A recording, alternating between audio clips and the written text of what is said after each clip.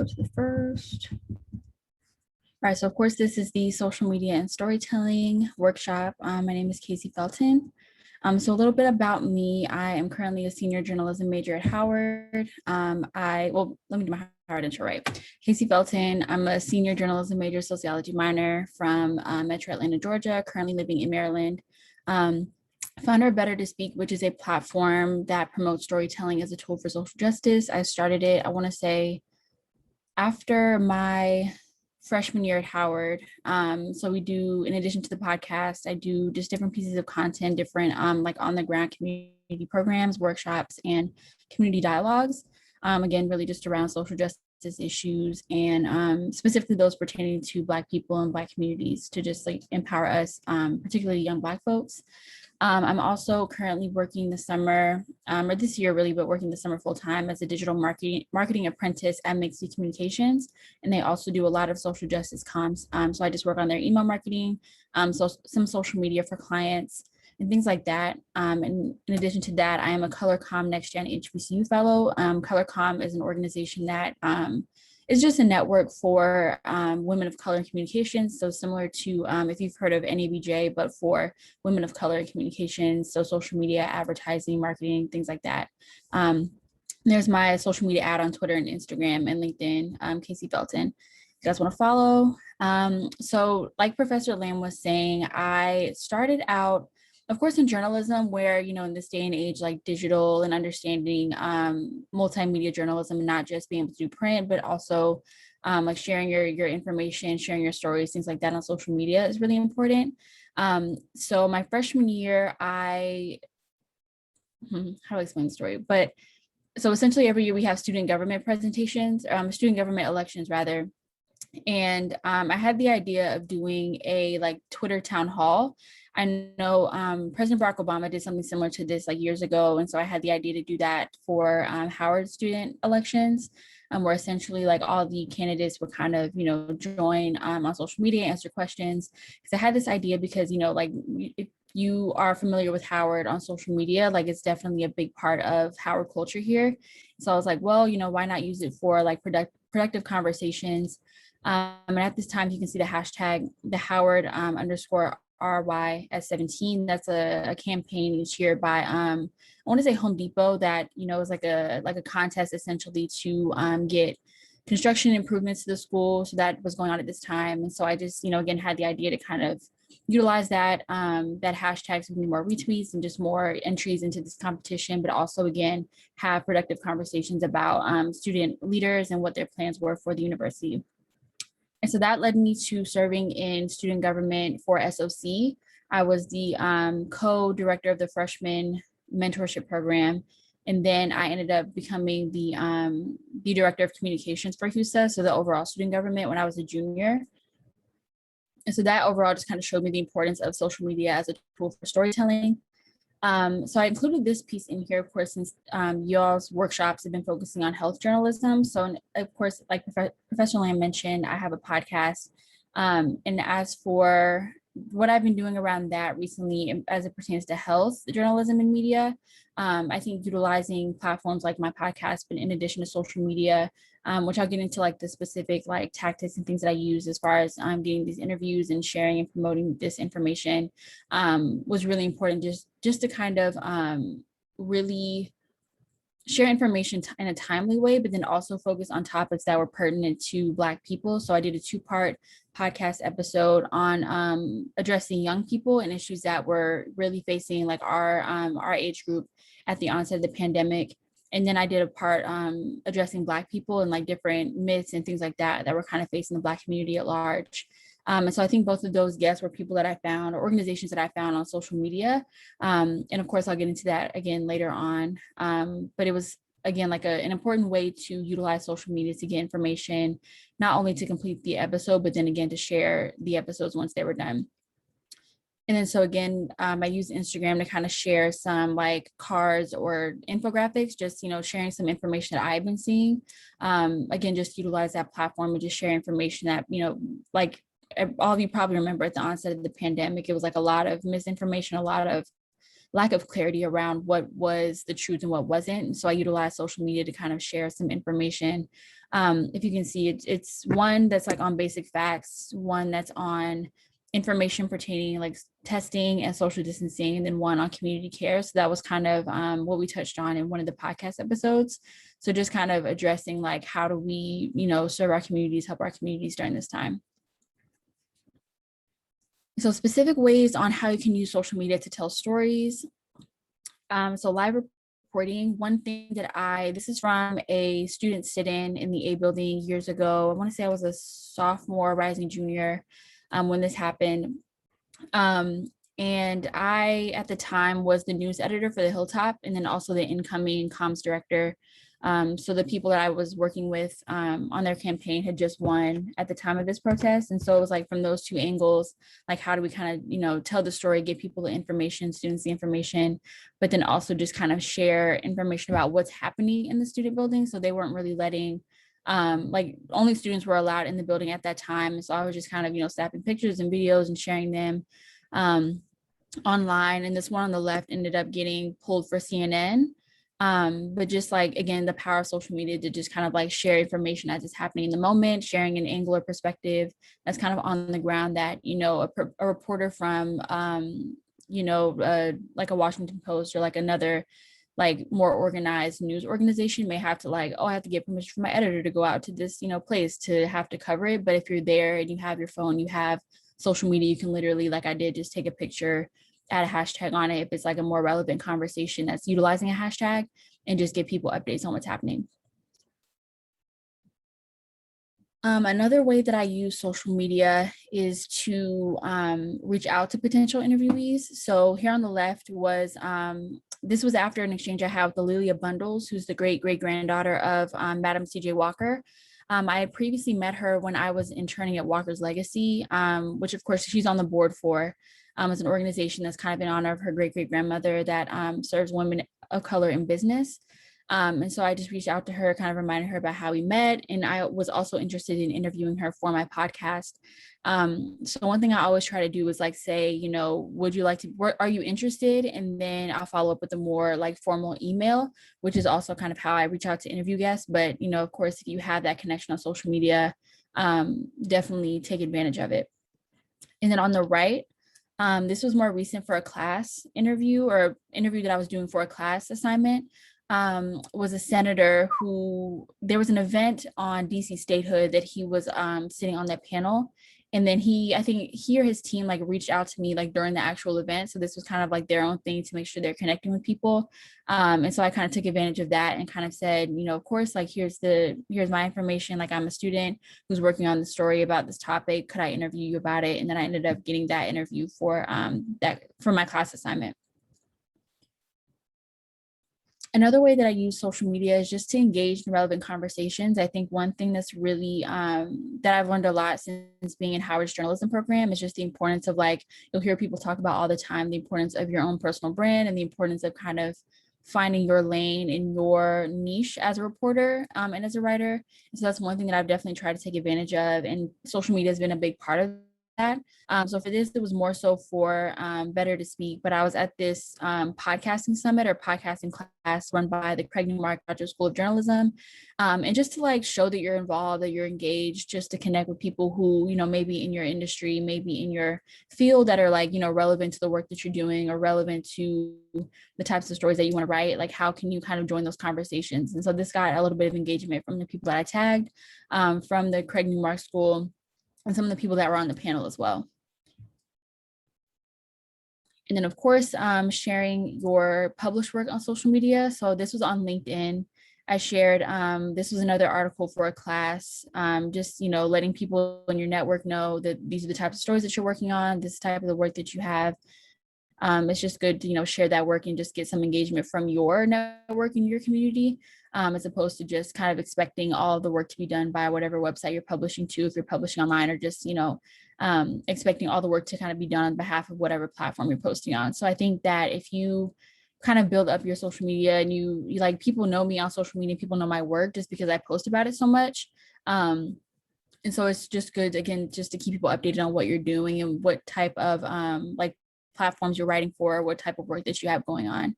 And of course, utilizing those hashtags to, again, kind of be involved in those conversations and put your work in those timelines of things where they otherwise wouldn't be. And then another way to share your published work, of course, like if you're working with other multimedia platforms like audio or like video, definitely sharing clips. So this was something from a recent podcast episode that I most recently did with Angela Ford, who is the director of the Obsidian Collection. So this was kind of on, again, Black media, Black storytelling, and archiving Black history. So I'm grateful can y'all hear that the elders just kept the images. If our generation spent a lot of more time assimilating into kind of what we thought would be a welcoming mainstream America. And with that, a lot of the images were sold. A lot of the images were sold to mainstream audiences, and then they're filtered into galleries and exhibitions that only seem to highlight poverty, violence, struggle, despair, when all of the good images of how we saw ourselves, how we take pictures as any other human beings, the joy and the laughter isn't elevated. So a lot of the history, I was there and I'm looking at stuff from the 60s and 70s going, okay, that's not my experience at all. I'm not saying those things didn't happen, but that's not the sum total of what happened in a 24-hour day. So yeah, this episode was kind of touching on, so the Obsidian Collection, they have an archive of images just from, or they're based in Chicago. So it's just from like, this picture is from the Chicago Defender and just kind of like that era of time and just kind of archiving, like she was saying, Black history and Black imagery. And they also have a platform for Black storytellers and Black writers called Wrote. So just all about, connecting Black history and Black people, Black storytellers. But one thing about this that I will say is like utilizing free or just like online platforms. I use a platform called Clidio to subtitle my videos, which is really important in this day and age to make sure that your content's accessible, but also just kind of like sharing it in a different way. So like that 1 minute clip that can be shared on Instagram with this kind of graphic that was a little bit altered from the original cover image. Is it like another way to promote your stories and say like, people don't have you on, like where I have my podcast, like Spotify, Apple Podcasts, etc. They might follow you on social media and kind of see this and then buy this one clip, be interested and want to, read more of your work or listen to more of your work. And then again, of course, utilizing like hashtags and tagging people. That's how some of my stuff gets traction, is just like being engaged and connected to the people that you interview, not just interviewing them and like never connecting with them again, but really connecting with them, tagging them on social media, utilizing the hashtags that they use, things like that, to kind of connect and put your work where it needs to be in digital spaces. What was the app that you used again to do the captions, I think you said? Yeah, Clidio, so Clideo. I think it's a paid platform. I want to say that there are some free ones. I think that one, it is free, but you have to have like a watermark or something on it. But yeah, so I think there are pretty like a lot of like free platforms. You can just kind of like, again, add those quick subtitles to videos. And then some, of course, like have automatic subtitles like we see like on Instagram. I think TikTok has automatic now. Okay, thank you. No problem.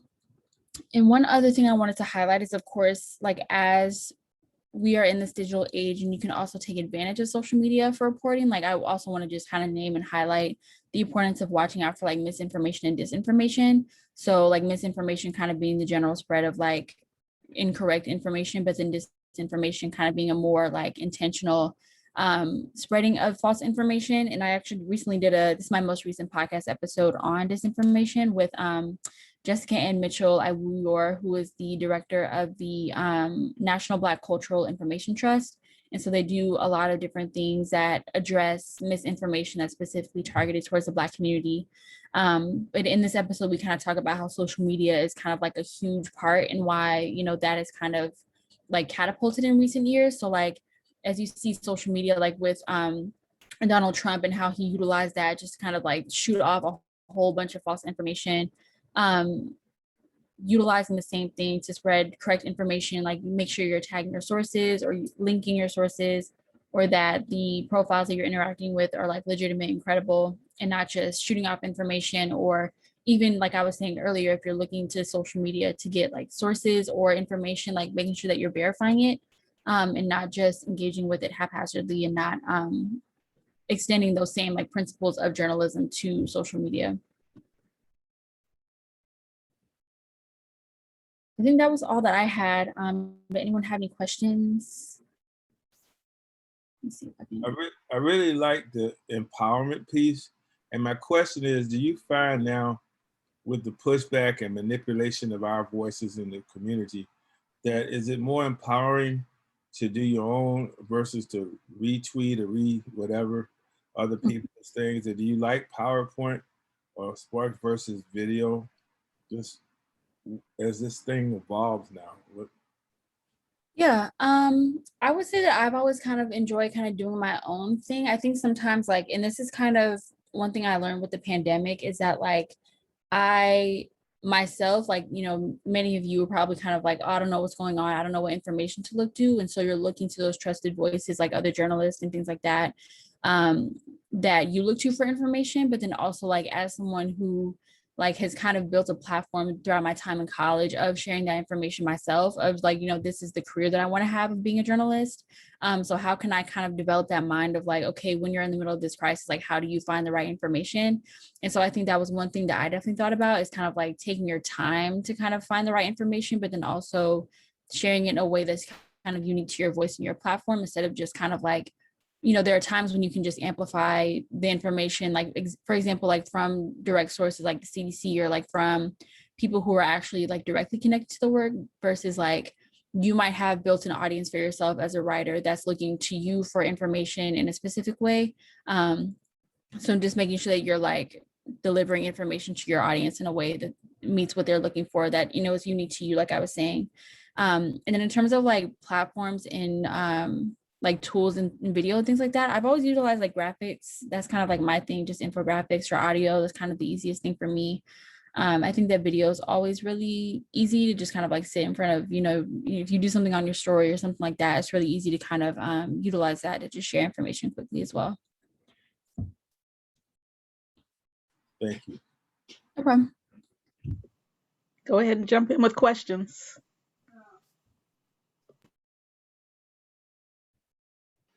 Hi, my name is Zachary.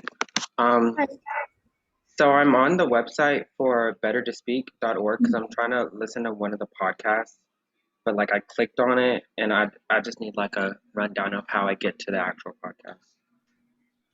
So what page are you on the podcast page? I'm assuming. I got it from your Instagram link. Okay. Let me see.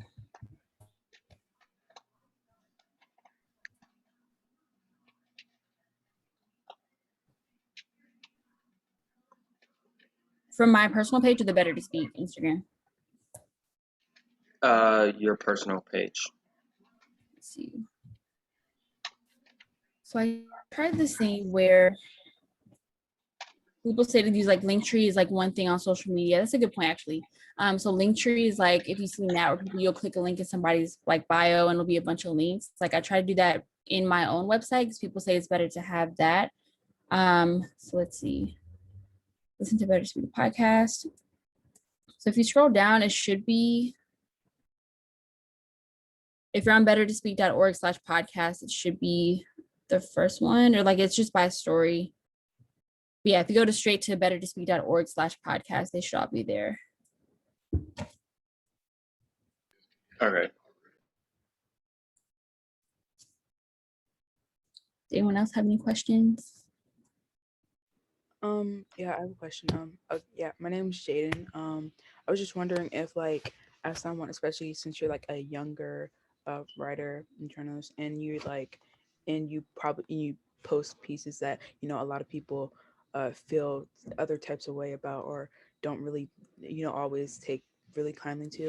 So how do you like conduct yourself professionally, but like also respond to people who don't show you that same respect as you like would give? That's a good question. I don't think that I've really dealt with that too much. I think that I like the kinds of content that I write has always, I mean, this just might be my experience and I've just never dealt with it, but just like people that are like at least excited to see my, content or excited to engage with it. And if they like it, we'll share it, etc. So I don't think that I've ever really dealt with that. But as far as just like conducting yourself professionally and just kind of navigating that, I think that again, like I've always like kind of been on the same stuff as far as like this is the kind of content that I like to write about, these are the kinds of stories that I like to tell, and so I've like stayed true to that, I think, throughout my time in college. And I think as far as navigating that in like the professional world or like older journalists or people who are kind of more in the field, I think that they kind of see that and again see that you're kind of true to yourself. So I'm not sure if that kind of touched on your question, but I would say as far as like navigating that professional sphere, it's just like kind of staying true to your like voice, I think is super important, regardless of if it's like people that don't necessarily agree with your content or people that do. Yeah, that's one thing that I've always tried to like keep in mind. Okay, cool. Thanks. No problem. There was a question in the chat for you. They were asking for your tips on interviews and how you come up with questions. That was from Elena Wheeler. As far as coming up with questions, I think that like I try to keep them, as far as for my podcast especially, I try to keep them like the setup of it very similar. Like I always, the first question I always ask all my guests is like, what's your story? That's kind of been like something very true to Better to Speak since I founded it. So like allowing that to allow them to introduce themselves, and then of course just like really leaning to their expertise. That's one thing that I've always tried to do. I think that, yeah, I would just say that just kind of leading into their expertise and just allowing it to be a conversation and not necessarily like this back and forth of like question, answer. And that's one skill that I've tried to improve on, like as I've, gone through college and done more interviews. But I think that, my like prerogative with interviews has always been to like uplift like Black people who are just in different fields and really just kind of highlighting their work. But I think more so in like harder hitting like news journalism is kind of like, it wouldn't necessarily be like as kind of like uplifting all the time in people's work, but also making sure that like the truth is kind of centered there as opposed to like a highlight reel of their work. So I would say that as well. Just that it just depends on the context of what your work is, the interview, but also like, of course, remain a conversation, remain like clear about again like what the goal is and what information you're trying to get out of it or what kind of story that you are looking for, but also again the kind of like centering on the truth and not necessarily just like avoiding that as well.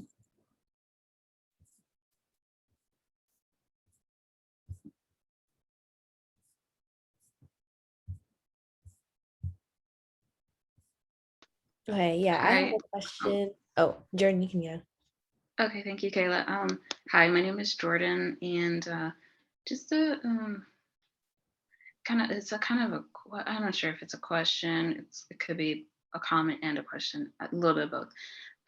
So, what would you say, or at least, what advice would you give to someone who, wants to start, being in like the profession of like journalism, or wants to share or at least tell stories, via social media, but somehow they either are not sure, they're too scared to, be active on social media, or they sometimes think it's very like stressful here and there. What sort of advice could you give? Yeah. I think for me, like I was, pulling examples for this presentation and thinking back to the story that I told at the beginning about like putting myself out there for that to put a town hall. And I think back to that time, and I was definitely like a freshman, like talking to upperclassmen who were running for campus positions and trying to organize this like town hall for student government campaigns, which were like a very like big thing for Howard back then. And so I think like just again putting yourself out there, and I think that one thing that I kept in mind was that having that conversation will be beneficial for the student body or for whoever like engaged with it, and like understanding that your goal is again always to kind of like share the important stories and the important information, and just again like not being afraid to put yourself out there, but then also that like if you're doing good work and you're telling great stories, and like at the end of the day like that won't matter, and people will appreciate, like even if it takes a while, because I think sometimes like one thing that I deal with is just feeling like, okay, I'm kind of posting, all of these stories about like politics and social justice issues when other people like are sharing their lives or, things like that. which I try to get better at, like, as I've gotten older, not just posting about work, but I think that, again, like, if you're telling good stories and you show that you're like committed to whatever it is that you do, I think at the end of the day, people will see that, or the people that are kind of meant to see that will end up finding your platform or finding you in general. Thank you. No problem. Hi, my name is Kayla, and I was just kind of wondering what's like, I guess, a piece of advice that you've learned that has really like stuck with you, I guess, throughout your like years of storytelling. Mhm. Um, hmm. I don't know. I think it goes back to like the staying true to yourself piece. I think that like that's one thing that definitely has stuck with me, because again, like Better to Speak is something that I've been running since I was going to my sophomore year, and just like storytelling and writing in general. Like I had a blog, coming into my freshman year at Howard, and just like that's always something that I've done. And so I would just say like really, like I put in a lot of work to kind of like find my lane in journalism, or find my lane in media and storytelling as a whole. And so I think that like even seeing some of my peers do that, like people that find their place in the field, but then also like as themselves, like really staying true to yourself and not just going for like whatever like idea of like what being a storyteller might mean to someone else, like may not mean the same thing to you. And so I think, if that entails like writing one type of like genre or topic, or utilizing social media, or, focusing more on your in real life community connections, like whatever that looks like for you, like definitely just finding your specific lane and niche. Thank you. No problem. Can you tell them how you got interested in journalism and how it was for you? Yeah. Is this something you were always comfortable with, or was there like a learning or adjustment curve? So I would say it's like as far as how I got interested in journalism. So my mom actually is a copy editor at CNN. Um, Pretty much, yeah. So she started working there before I was born. So I always say that I like kind of grew up in the CNN newsroom, and so like I've always been a writer, and I've always been around, like I said, like around CNN specifically, and around like journalism. And so that was kind of like, oh, I might as well, go to. My mom also graduated from Howard's SOC, so it was kind of like, um, just one thing that I felt was kind of like the natural next step for me once I was finished with high school. But I think that once I got into it again, like specifically highlighting and uplifting like Black stories was one thing that I really loved. And so I think like how to do that in journalism, I think especially being at Howard's SOC program, like I learned like seeing Black journalists like as my professors, or seeing Black journalists that we connect with like through different events and panels and things like that, definitely kind of showed me or opened up like a different world as far as journalism in Black media specifically. And so I think again, like finding my space within that is just like, again, uplifting Black stories and writing about issues that are, pertinent to Black communities, has kind of always been my thing. But I think like as far as the learning curve aspect of it, like writing, like I said, has kind of always been my thing. So it's one thing that I gravitated towards more naturally. But then like learning about, broadcast, and learning about all these different ways of journalism that, you can do, I think that has kind of been the learning curve for me, as far as like not just limiting myself to writing, because that's kind of what I'm more comfortable with, just like in general. Like opening myself up to all the different types of mediums through which you can tell stories has definitely been, yeah, something that I've realized since being at Howard.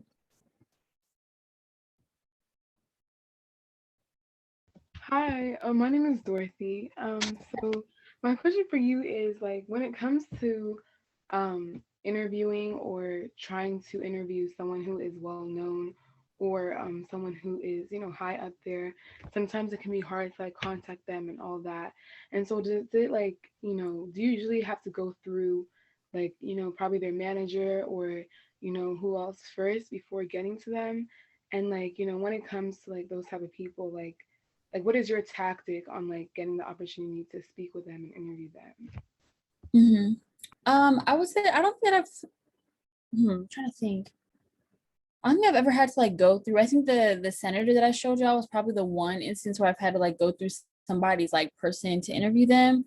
But I think just kind of like being persistent and following up if they do, because I think one time, I think with that instance in particular, like, oh yeah, like I'll reach out to my person and they'll set it up, and like that was like not necessarily done in an efficient way in the time that I needed for my story. And so I just had to be persistent in order to get that done in a timely fashion. But I think in most cases, like when you're reaching out to people, again, like persistence is one thing that you'll hear a lot, but then also like knowing the right channels, or like reaching out to like if it's an organization of people that you're trying to get through, like emailing, you know, not I want to say like the lower people, but the more like accessible people who might be easier to get in contact with, because then they might say like, oh, I'll forward you to this person, or you know, there's actually someone better that you might be able to speak to. Because I think sometimes like you always want to go for the most visible, or like the highest person in like in a company or whoever you're trying to interview. But like sometimes I think this way because like I interview like politicians or people like in that space, but people who also might be able to give you the kind of the same information, or the people around that person that might be able to give you the kind of the same information or connect you with that person. Okay, thank you.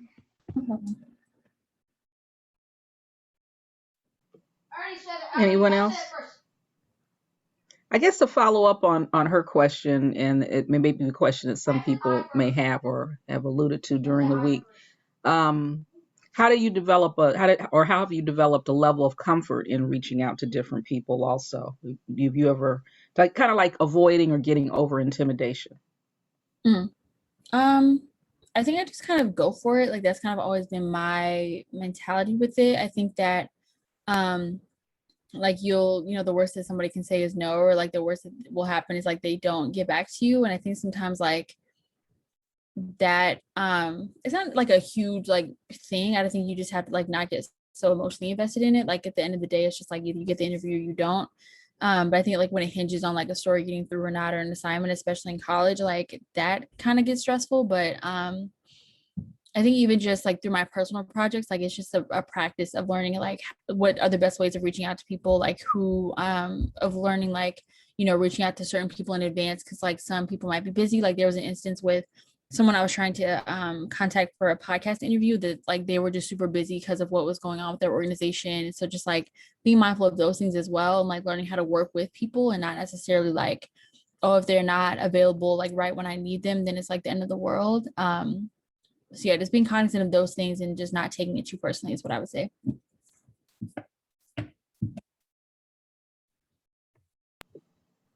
Any other questions? Actually, just I think, wow, so sorry. So you said, sorry. So you said like don't take it personally. Correct. If someone, you know, like rejects you, or at least rejects an interview with the person. So I would say for like if there was a person who, you know, was very sensitive, you know, in terms of like wanting to do storytelling, but then, you know, they reach out for this opportunity and then somehow they like decline the offer, any sort of ways to at least tell that person to get back up on their feet again and at least continue doing something like this and not, you know, go so beyond as to, you know, quit it in general, like quit doing what you love to do. Yeah, it's a great question. I think that like this is kind of what I'm facing now, like with my podcast. I think that like this past semester with school, like I was kind of like I was saying, just go for it, but like I was just reaching out to a bunch of people to interview them for my podcast, and just realizing that like scheduling wise and having to make time to write and like research and you know get the quality of like interview questions and ability to like produce the kind of podcast that I wanted to produce like wasn't going to be possible with my school schedule. And so I think like it caused like a lot of conflicts as far as like I was saying like scheduling with the interview guests. And so like I even kind of went through that as far as like, oh, should I go through with this season of my podcast, or should I reach out back out to these people? And I think that like again, you just have to like not again like not take it so personally to the point that you quit. I think that like that's, you know, easier said than done, but I think that like just like I don't know, just like getting back up and try again. That's like very cliche, but I think just it's also like a relationship building as well. And not just again, it's a rejection thing as well. So you don't want to take it so personally and just like, oh, I'm never gonna like put myself out there again. But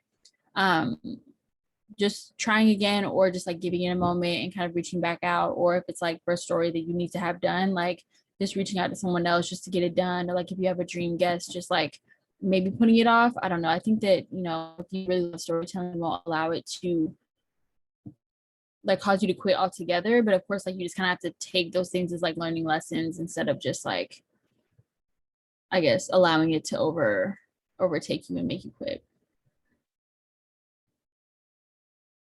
Do you do Right. a lot? Thank you. Thank you. Do you do a lot of video as well? And I must have missed it. Do you do? I don't do too much video. It's one thing that I want to get more into, just like it's like an equipment thing. I feel like the video that I have done has been like, you know, webcam, or like, you know, in the Zoom age, just kind of like taking the video from that and kind of making content out of that. I would say the audio has kind of been my, like, as far as I'll go. I'm not like a, you know, big person that's like, I like to be on camera or anything like that. But again, you kind of recognize that it's kind of like a part of being versatile, or just like owning, you know, being on camera and like being a storyteller. So yeah, I would say like it's something that I try to incorporate every now and again, but it's not something that I'm like too big on. So your product primarily is audio. When you Yeah. podcast, do you ever think people get confused where they'll say podcast, but then they show video versus a pure podcast was kind of like audio? Do you see that like now it seemed to be a question mark of what is a podcast today versus maybe 2 or 3 years ago?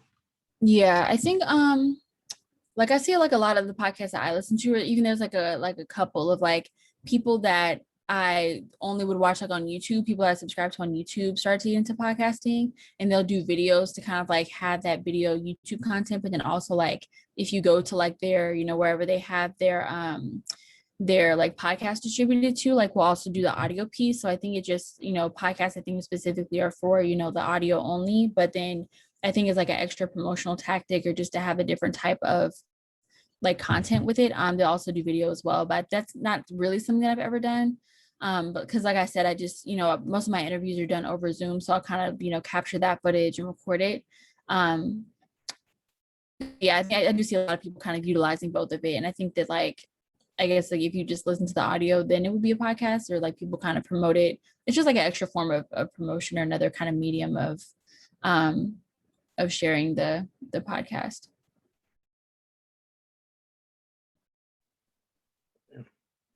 My last question, I'm doing it for a reason.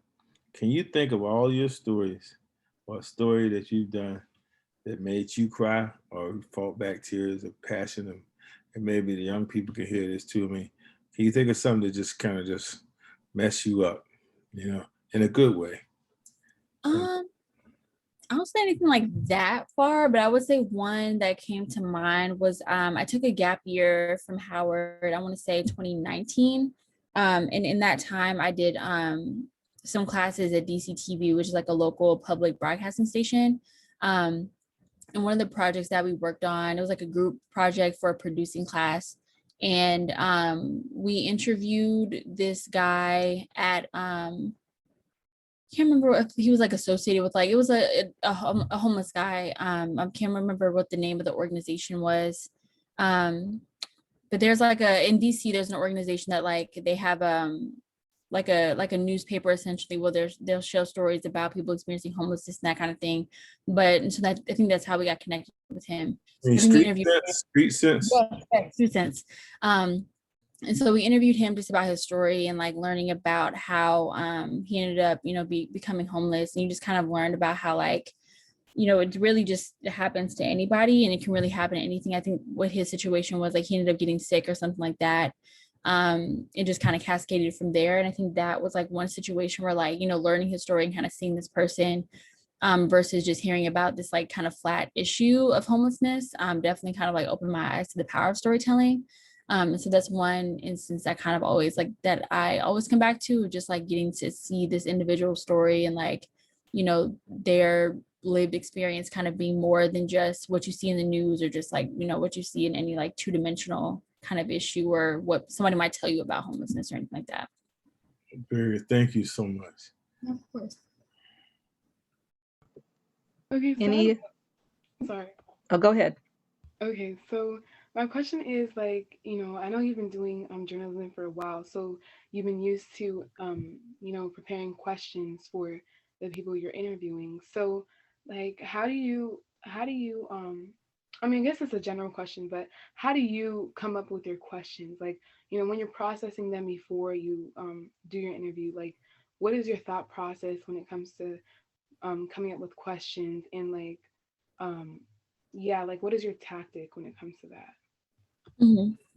Um, I think one thing that I try to get better at is one, just like giving myself, well, I'll start with what I'm like trying to get better at, but I think that like giving myself more time to come up with questions. Like sometimes, like if it was for a class, I would just kind of be like, thinking of stuff off the top of my head. And I think that that kind of suffice to get a quote. But I think sometimes also like I would have this habit of like having the story in mind that I wanted to get from an interview. But I think one thing that I try to get better at is just kind of like setting up certain questions or thinking like from your audience's perspective. I think is a huge thing of like, okay, well, I may have the background knowledge about a certain topic, my interviewee might have background knowledge about a certain topic, but my audience may not. And so I think asking those kind of like seemingly basic questions versus what I would try to do is like ask the most complicated, like, emotional, hard-hitting question like straight out the gate. But I think that if you kind of start out with just kind of like building blocks of just trying to like get information flowing, allowing your interviewee to get comfortable with you in conversation.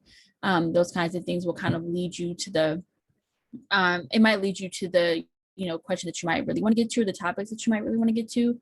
And so I think if you have that kind of thought process while you're writing, as to not like think, oh, I have to have the most like riveting question ever, like, written down, and just kind of saying like, what is the basic information that my audience needs to know, or like what are specific experiences, like if you do research on your interviewee, like what are experiences of theirs that I could ask about that might touch on the story that I'm trying to get. So those kinds of things, just like not thinking too hard about it, but then also being well researched and like navigating that as well.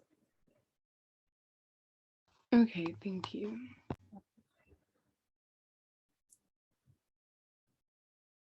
So what you working on now? So I'm getting back into my podcast. Like I said, I've put out 2 episodes recently on storytelling. So I had, again, the one on archiving Black media and archiving Black history, and then my most recent one was on disinformation, and then the one I have coming out next Monday is on like communications and like Black political power. So one thing that I've also, like, a lot of my internship experience has been in communications, which is like sort of applicable with journalism, but not obviously not exactly the same. And so I think that that's also been an area where I've learned about the power of storytelling. And so I'm like slowly getting back into podcasting, but mainly just been working on like, my apprenticeship. So nothing really outside of that, just, getting ready for this next semester at Howard. So you're a junior, a senior at Howard? Senior. Okay. And I missed it because I was doing a TV. Where are you from? Where are you from? I'm from Metro Atlanta. Oh, okay. That's good. So have you ever thought about doing a podcast if you go home for the summer on like what you like? When I was a kid, we came to Atlanta from Florida and we would go to Six Flags. These had a Great American Scream Machine. And I was heard somebody talking about that recently. But when you go home to Atlanta, I'm thinking about young people's story ideas. Is there anything you would do for the love of podcasting or whatever, something fun, just happy, not too heavy? I don't know. I feel like as a recent, like I said, like a lot of the stories that I try to work on are like just uplifting the great work that Black folks are doing. And so it's like not super duper heavy, but no, I see what you're saying. I think that like I guess when I was home, I just got back to DC yesterday from being home for a month. So I think yeah, I think just kind of like uplifting the great, work that Black folks are doing is kind of what I would try to lean on. But yeah. Atlanta, there's something called, you ever heard, the story of Brer Rabbit and Uncle Rib, the whole thing. And there's a house where a great griot that was part of that whole Brer Rabbit story, and I know about, telling those stories, is a big house. And I remember it's a historical landmark for Uncle Remus and Brer Rabbit in Atlanta. And he still people tell stories, and stories. So if talk about the history of storytellers, that's one of the great histories in Atlanta. And I remember taking my kids there and we sat out there under the tree and hear storytelling. So you're in a great tradition to the craft of storytelling and honoring the storytellers. Yes, I'm about to look it up. See someone asked in the chat, please ask Casey if she's heard of solutions journalism, and if so, what is her impression of the organization? Has she considered joining it? So I actually did, I want to say this was towards the end of my gap year. I actually did some, what's essentially Vox ATL, which is the organization that I volunteered with, is a teen-led publication, of course, in Atlanta. And they have adult volunteers. So I volunteered a little bit with their publication. I also did some workshops earlier this year with their teens. And so we actually did a workshop on solutions journalism, and we kind of talked about what that is. So essentially, if y'all haven't heard of it, I'm not sure if you touched on it since starting the workshops, but essentially focuses on, like, you know, if you were to write about a certain issue, like not just focusing on the issue, but, you know, highlighting an example of someone or an organization or something, like some type of solution to that problem. In kind of highlighting, like, okay, well, has this worked in this setting, and how can it be replicable in other settings? And so we just kind of touched on like what it is and how we can implement it. And that is one thing. As far as solutions journalism, the organization, I've definitely heard of them and have been connected with their work. But I think about like the genre of solutions journalism in general is one thing that I've tried to incorporate into my work, and not just like someone was saying like earlier, just kind of like harping on all of the struggles that Black people face, but, you know, really highlighting the organizations, the people, the solutions that have, you know, been put in place to kind of alleviate those things. And just to kind of show people that, like, you know, if you want to get involved with this organization that I interviewed on my podcast, or if you want to start something similar, just like uplifting that information and having it. Yeah, I've definitely been connected to the solutions journalism organization. They do a lot of really great work.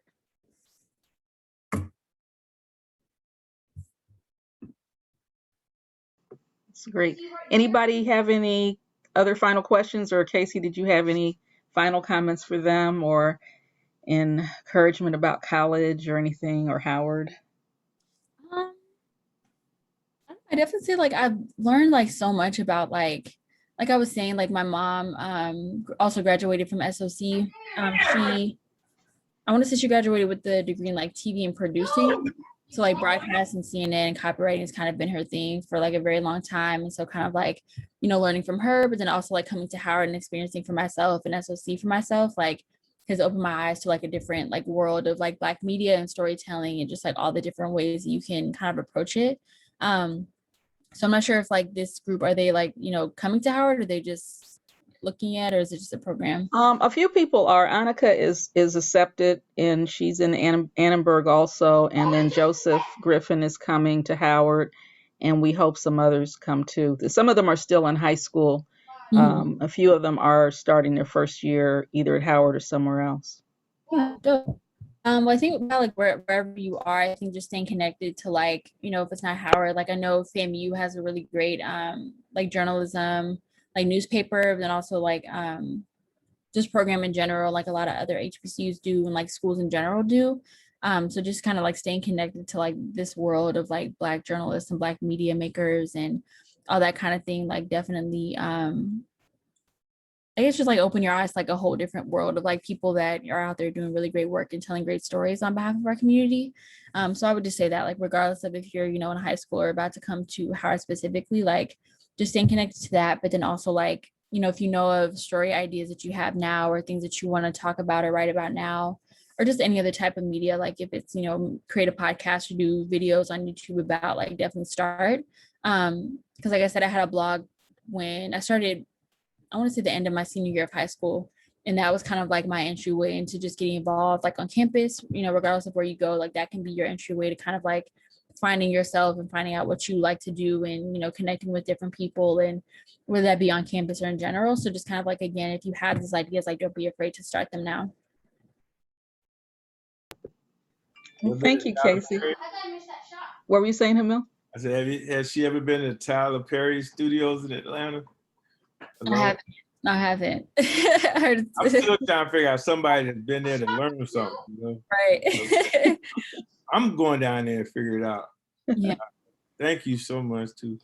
Yeah, thank you so much. You were really great. It was a wonderful presentation, and people liked the visuals as well. I saw some comments in the chat about that. So I think what you said and you yourself really resonated with everyone as well. So, and of course, I'm proud of you.